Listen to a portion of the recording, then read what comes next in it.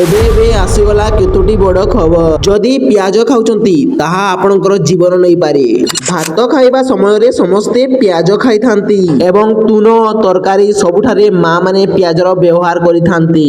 प्याज उपरे लागितिबा एक कला दाग एक एस्परजिला नाइजर नामक फंगस अटे जहा कि साधारणतः माटी भितरे थाए।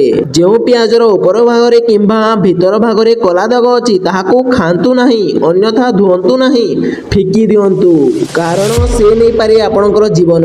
श्वासक्रिया नेबारे असुविधा टीबी अस्थमा एमितिका रोग होइताए एही प्याजर व्यवहार जोगु। उत्तर प्रदेश रे रहुतबा एक झियर जीवन चालीगला एही प्याज खाइबा जोगु। झियर पोस्टमार्टम करी उत्तर प्रदेश रो डॉक्टर माने कहिले प्याज उपरे थिबा कला दाग किंबा एक फंगस झियकू श्वासक्रिया नेबारे असुविधा कला एवं देखु देखु झियर जीवन चालीगला। तेणु दर्शक बंधु यह एक महत्वपूर्ण खबर अटे। केमिति कोन करिवे एवं केमिति बंचिबे एही फंगस रो प्रभाव रु जानिबा आगरु चैनल को जदि नुआ करी आसिचंती तेबे चैनल को सब्सक्राइब करंतु एवं वीडियो जदि भलो लागिला गोटे लाइक करंतु। जेतेबेले आपण बाजार को प्याज किनिमा को जाउचंती जेउ प्याज उपरे किंबा भितरे कला दाग थिबो ता किणंतु नाही। खाइबा समय रे प्याज को ठीक भाबरे देखंतु कोन प्याज उपरे कला दाग अछि कि नाही।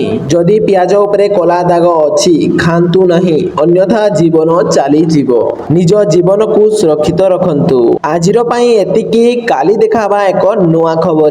तेणु चैनल को सब्सक्राइब करी रखंतु।